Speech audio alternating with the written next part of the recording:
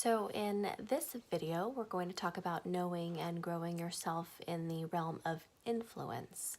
So when you are transferring or transitioning between being a employee and then you've got a promotion and now you're transferring into that management role, it's a big change. In the management role, you are now stepping up above and you've got a lot more duties and tasks that you're going to be assigned to, but you've also got a different level of leadership that you've got as far as opportunity to be able to influence your organization. So it's a real honor to be able to get that promotion in your job, but it does change things between where you're at and where you were and where you're going. So some things to think about when you're making that transition. But it does offer you an opportunity to actually be in that position of influence. So let's talk about the actual transition itself.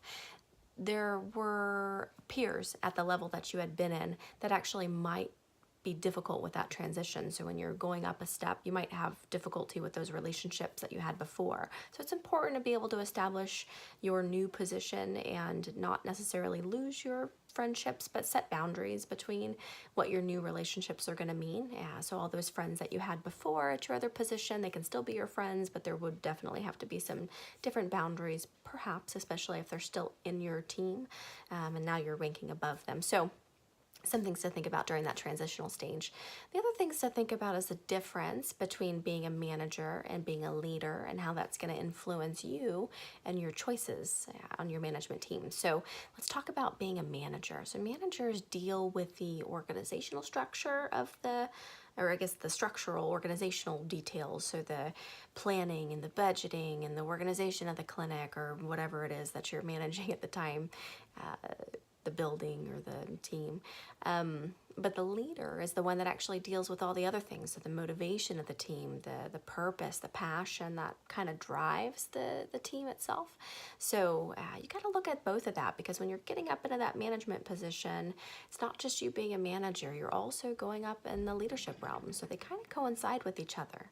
So it's important for you to be able to transition not just into that management role, but into that new leadership position too. So congratulations if you got that recent promotion. The biggest thing that's going to be one of the first things you're going to need to do is try to establish that trust and credibility. Some people, when you get that promotion, may not believe that you're able to do or competent to do that job. So one thing you can do is right away, you can do some quick tasks. So show them that you are able to set a goal and achieve it. So setting a quick achievable task, or what they call like a short-term goal, is actually not a bad idea now, because then you can show that, hey, I got this goal for the team and hey, we achieved it together and yay. And then you can kind of spin off that and then go for more of those long-term goals. So don't go in and then start a big project and say the goal's 2 years from now, because it's going to take a long time for them to believe that you're actually able to do things if it takes 2 years for that first project to get done. So set some short-term goals and show them that you're able to accomplish the things that you've got ahead of you. So that's a good way to build some of that trust.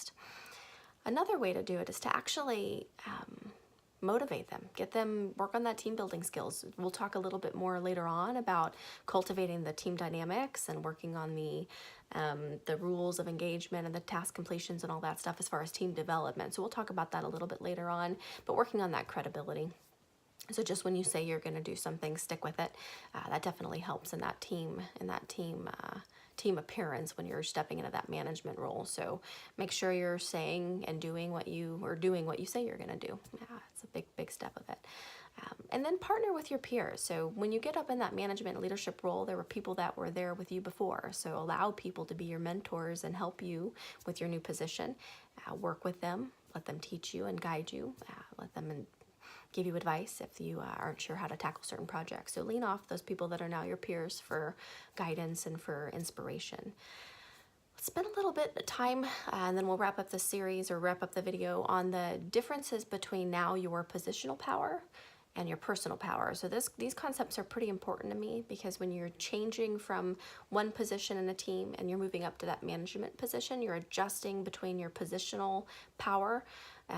So you're moving from one level to another level. So that's a positional change.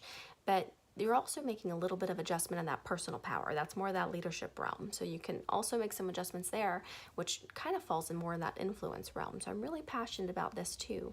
So I'm going to give you a big list of things you can do to work on that personal power realm, not just that positional authority that you've developed as a new manager or with your promotion.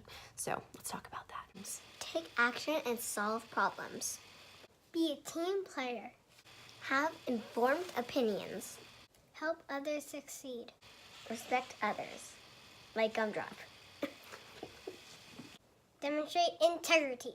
Okay, so that is ways to transition between that positional versus that personal power.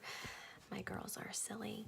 I love them. So in summary, this is actually a very important part of becoming a manager and becoming a leader and transitioning into that role. So just remember that you are now, and you've been given that honor of becoming a manager, and congratulations with your promotion, of course. But remember that you're now in a position where you actually have an ability to influence the others in your clinic. You did before, but you might not have been realizing it, but now you definitely do. So take advantage of your situation. Do what you can to work on building your trust and credibility in your team. Partner with your peers to learn all you can about what you can do as a manager and as a leader, and then work on your positional and that personal power and what you can do to influence your people. So, and then the next video we'll talk a little bit more about the knowing and growing yourself, and then we can keep going in the series. So thanks.